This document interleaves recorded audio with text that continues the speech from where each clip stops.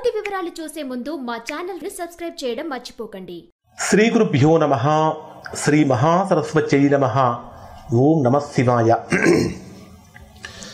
Narayana Sastry astrology channel వీక్షిస్తున్నటువంటి ప్రేక్షక మహాశయులకు స్వాగతం, సుస్వాగతం.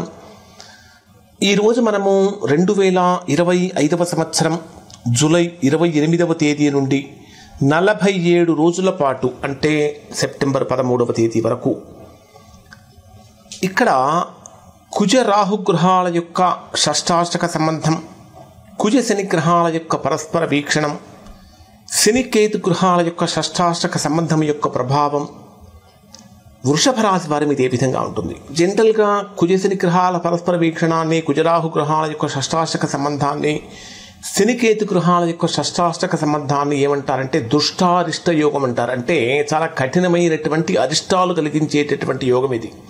ఎందుకంటే పాపగ్రహాల యొక్క సంబంధం అనేటటువంటిది ఎప్పుడు కూడా పాప ఫలితాన్ని కలిగిస్తుంది. ఈ ప్రభావం 47 రోజుల పాటు ఉంటుంది. అంటే కుజ శనిగ్రహాల వీక్షణం కానీ కుజ రాహుగ్రహాల షష్టాష్టక సంబంధంగా 47 రోజులు ఉంటుంది. కానీ శనికేతు గ్రహాల యొక్క షష్టాష్టక సంబంధం ఈ సంవత్సరం అంతా ఉంటుంది. ముఖ్యంగా ఈ 47 రోజుల్లో ఎటువంటి జాగ్రత్తలకి వృషభ రాశి వారు ఎటువంటి జాగ్రత్తలు తీసుకోవాలి, ఏం భయపడాల్సిన అవసరం లేదు, ఎటువంటి జాగ్రత్తలు తీసుకోవాలి, ఎటువంటి ఫలితాలు పాటిస్తే, ఎటువంటి పరిహారాలు పాటిస్తే మంచి ఫలితం కలుగుతుందనేది మనం తెలుసుకుందాం. ఇక్కడ వృషభ రాశి వారిని కనుక తీసుకుంటే కుజుడు కన్యా రాశిలో పంచమ స్థానంలో సంచరిస్తున్నాడు. కుజుడు ప్రధానంగా దేనికి కారకుడు అంటే మీ కుజుడు వృషభ రాశి వారికి సప్తమాధిపతి మరియు వ్యయాధిపతి. అంటే శక్తికి, ఉత్సాహానికి, కొన్ని రకాలైనటువంటి ఆపరేషన్స్కి, పోరాటానికి, ఆత్మవిశ్వాసానికి సంబంధించినటువంటి కారక గ్రహం కుజుడు. అలానే శని కనుక తీసుకుంటే కర్మ ప్రభు, కర్మలకు, ఆలస్యాలకు, శ్రమ, విపరీతమైన శ్రమకు, విధుల పట్ల నియమనిష్టలకు, వీటికి సంబంధించినటువంటి కారక గ్రహం. ఇక్కడ కుజ శని గ్రహాలు రెండూ కూడా పరస్పర వీక్షణములో ఉన్నటువంటి కారణం చేత ఎక్కడ దీని ఇంపాక్ట్ పడుతున్నదంటే వృషభ రాశి వారికి 5వ స్థానం మీద మరియు లాభస్థానం మీద వృషభ రాశి వారి మీద ఎఫెక్ట్ పడుతున్నది. 5వ స్థానం అనేటటువంటి దేనికి సంబంధించిన స్థానం అంటే బుద్ధికి, పిల్లలకు, విద్యకు, ప్రేమ సంబంధాలకి సంబంధించిన స్థానం.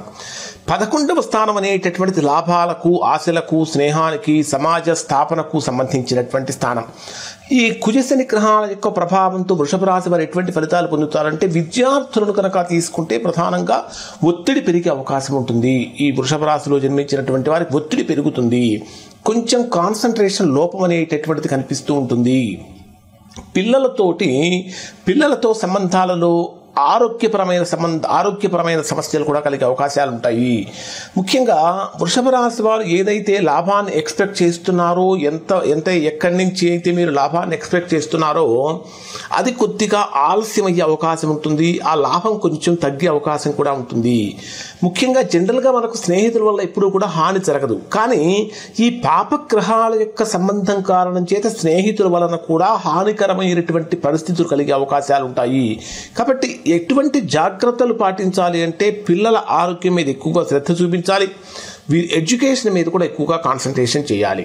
అలానే పెట్టుబడులు పెట్టేటప్పుడు, ఎందుకంటే లాభస్థానంలో శని ప్రభావం ఉన్నటువంటి కారణం చేత లాభస్థానం మీద కుజ వీక్షణం యొక్క ప్రభావం కూడా ఉన్నటువంటి కారణం చేత ఆలోచించకుండా పెట్టుబడులు పెట్టకూడదు. చాలా జాగ్రత్తగా ఆలోచించి ఏదైనా సరే లీగల్ ప్రాబ్లమ్స్ ఏమైనా వస్తాయేమో అని చూసి ఆలోచించి నిర్ణయం తీసుకోవాలి.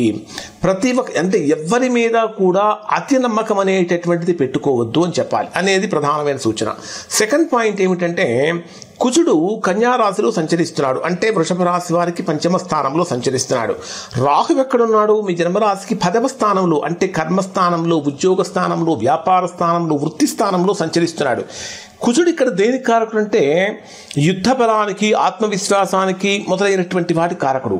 రాహువు దేనికి సంబంధించినటువంటి వాడు? మాయలకు, తికమకలకు, తర్వాత మోహానికి, ఆక్రమణలకు సంబంధించినటువంటి కారక గ్రహం రాహువు.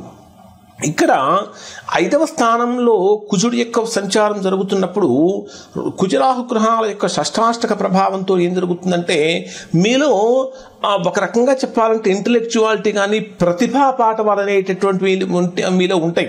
క్రియేటివిటీ కూడా పెరుగుతుంది.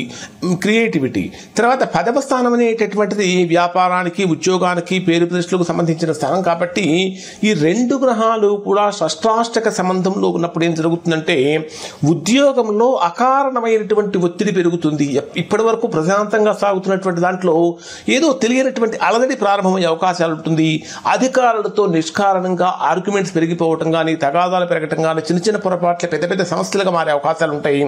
వ్యాపార పరంగా కనుక తీసుకుంటే మీరు ఏ వ్యూహాలైతే పన్నుతున్నారో ఆ వ్యూహాలు కూడా విఫలమయ్యే అవకాశం కనిపిస్తూ ఉంటుంది. ఇక్కడ కొంతమంది ముఖ్యమైనటువంటి వ్యక్తులు దూరం అయ్యే అవకాశం ఉంటుంది కాబట్టి జాగ్రత్తలు పాటించాలి. ఇక్కడ ప్రధానమైనటువంటి జాగ్రత్తలు ఏమిటంటే ఆలోచనలలో చాలా స్పష్టత అవసరం అని చెప్పాలి. మాయలకు, ప్రలోభాలకు ఎట్టి పరిస్థితుల్లో కూడా వృషభ రాశి వారు లొంగవద్దు. అధికారులతో సంభాషణ చేసేటప్పుడు అత్యంత జాగ్రత్తగా చేయాలి. ఏది కూడా అసత్యం చెప్పకుండా సాధ్యమైనంత వరకు అది ఎదుటివారికి బాధ కలిగించినా, మీకు ఇబ్బంది కలిగించినా అది మీరు ఉన్నది ఉన్నట్లుగా గనక చెప్పగలిగితే సాధ్యమైనంత వరకు ప్రతికూలమైన ఫలితాలను తొలగించుకోగలుగుతారు. తర్వాత శని మీ జన్మరాశికి లాభస్థానంలో మీనరాశిలో సంచరిస్తున్నాడు. కేతువు పంచమ స్థానంలో, కేతువు చతుర్థ స్థానంలో సంచరిస్తున్నాడు. ఈ శనికేతు గ్రహాల యొక్క షష్టాష్టక సంబంధం కూడా ఈ రాశి వారికి ఏ విధంగా ఉంటుందంటే, శని కర్మబలానికి, నియమాలకు, ఆలస్యానికి సంబంధించిన కారకం.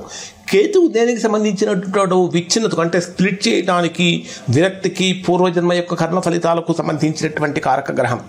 ఎప్పుడైతే 11వ స్థానంలో శని యొక్క ప్రభావం ఉంటుందో సామాజిక లాభాలు కానీ, మిత్రులకు సంబంధించినటువంటి విషయాలలో కానీ కొంచెం ఆశించినటువంటి ఫలితాన్ని పొందలేకపోతారు. అంటే ఇంట్లో కూడా కొన్ని రకాలైనటువంటి ఇబ్బందికరమైన పరిస్థితులు కలుగుతూ ఉంటాయి. ప్రధానంగా తల్లి యొక్క ఆరోగ్యం విషయంలో జాగ్రత్తలు పాటించాలి. స్థిరాస్తుల విషయంలో వివాదాలు రాకుండా చూసుకోవాలి. ఆర్గ్యుమెంట్స్ అనేటటువంటివి పనికిరావు. మానసిక స్థితిలో కూడా ఒత్తిడి పెరిగిపోతూ ఉంటుంది కాబట్టి ఒత్తిడి లేకుండా చూసుకుంటూ ఉండాలి. ఇక్కడ ఈ రాశి వారికి ప్రధానమైనటువంటి పరిహారాలు ఏమిటంటే, వృషభ రాశి వారికి అయితే దీనివల్ల పెద్ద తీవ్రమైనటువంటి ప్రతికూలతలు లేవు. ప్రధానంగా శనివారం రోజున శనైశ్చరుడు యొక్క స్తోత్ర పారాయణం చేయటం కానీ, నువ్వుల నూనెతో దీపం వెలిగించడం వల్ల కానీ మంచి ఫలితాలు పొందుతారు. అలానే మంగళవారం రోజున హనుమాన్ చాలీసా పారాయణ చేయటం వల్ల కూడా మంచి ఫలితాన్ని పొందుతారు. ఇంకా చెప్పాలంటే శనిగ్రహానికి సంబంధించినటువంటి బీజ మంత్రం ఒకటి ఉంటుంది.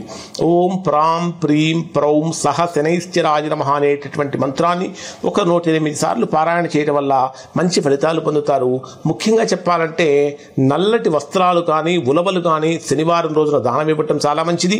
విద్యార్థులకు పుస్తకాలు కానీ, పాదరక్షలు కానీ దానం చేయటం వల్ల చాలా మంచి ఫలితాన్ని పొందుతారు.